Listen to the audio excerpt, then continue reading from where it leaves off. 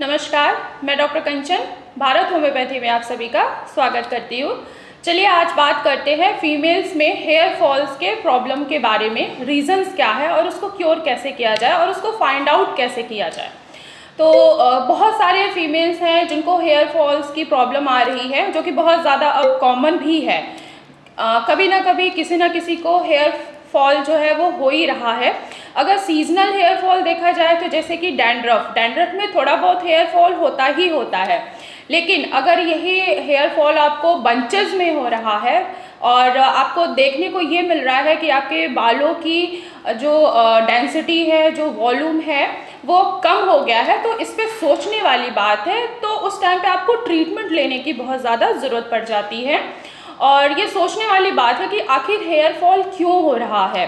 तो एक बात और आपको ध्यान देने वाली है कि अगर आपको हेयर फॉल हो भी रहा है तो आप सैलून में जाके अगर आप स्पा भी ले रहे हो या केराटिन ट्रीटमेंट भी ले रहे हो तो भी उसका कोई फ़ायदा नहीं होगा, क्योंकि हेयर फॉल क्यों हो रहा है, इसके पीछे का रीजंस क्या है, वो आपको खुद ब खुद फाइंड आउट करना पड़ेगा। अगर आप इस चीज़ों को फाइंड आउट कर लेते हो कि आखिर हेयर फॉल क्यों हो रहा है, तो आप घर पे बैठे बैठे ही उस चीज़ को क्योर कर सकते हो, अपनी हेयर फॉल की प्रॉब्लम्स को थोड़ा सा कंट्रोल कर सकते हो।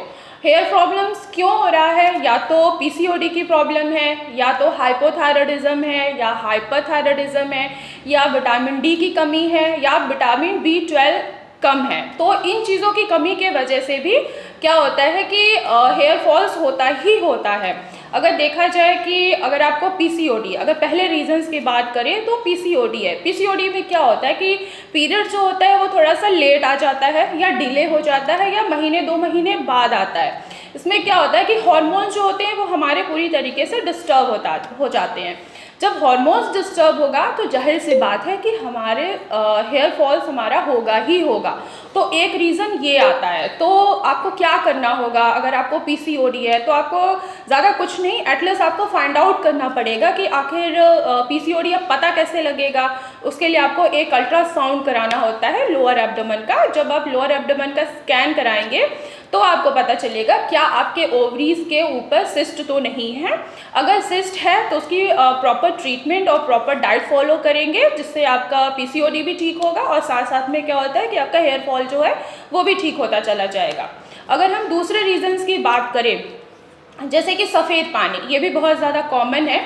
अगर सफ़ेद पानी थोड़ा बहुत आ रहा है तो वो नॉर्मल है। अगर सफ़ेद पानी बहुत ज़्यादा आ रहा है, पूरे महीने आ रहा है, तो ये एबनॉर्मल है और इस पर सोचने वाली बात है। अगर सफ़ेद पानी जो है, अगर पीरियड्स आने के कुछ दिन पहले या एग्स का एवोल्यूशन होता है तब अगर सफ़ेद पानी आ रहा है तो इसको हम नॉर्मल में काउंट किया जाता है, नॉर्मल है। अगर यही सफ़ेद पानी वाटर डिस्चार्ज अगर आपको हो रहा है वेजाइना से, तो ये सोचने वाली बात है कि एक पूरे अगर लगातार पूरे महीने हो रहा है तो उसके साथ साथ क्या होता है कि प्रोटीन और हार्मोन्स जो है वो भी हमारी बॉडी से निकल जा रहा है। तो प्रोटीन की कमी के वजह से भी हेयर फॉल्स होता ही होता है।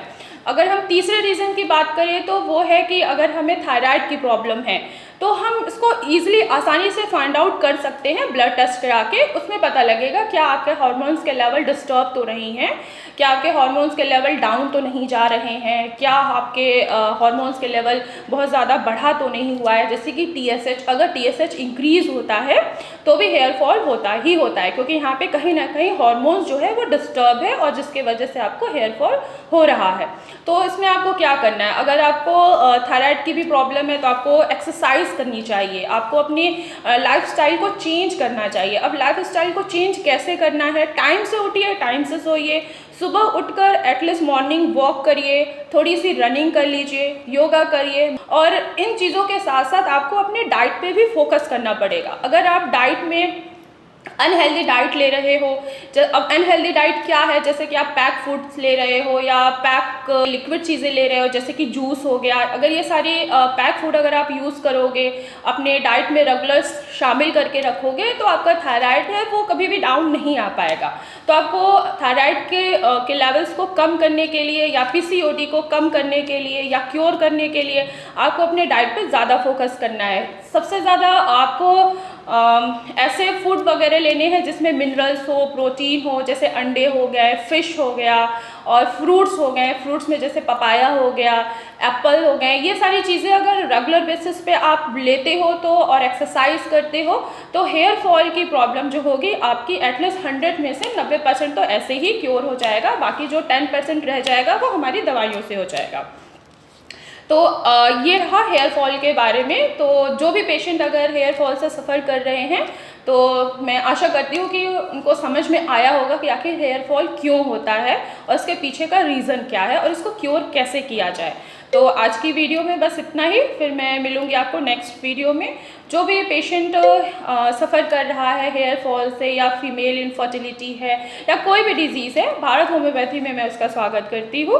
भारत होम्योपैथी में डॉक्टर्स की टीम है, आप उनसे ऑनलाइन कांटेक्ट भी कर सकते हो, ऑनलाइन मेडिसिन भी आप ले सकते हो।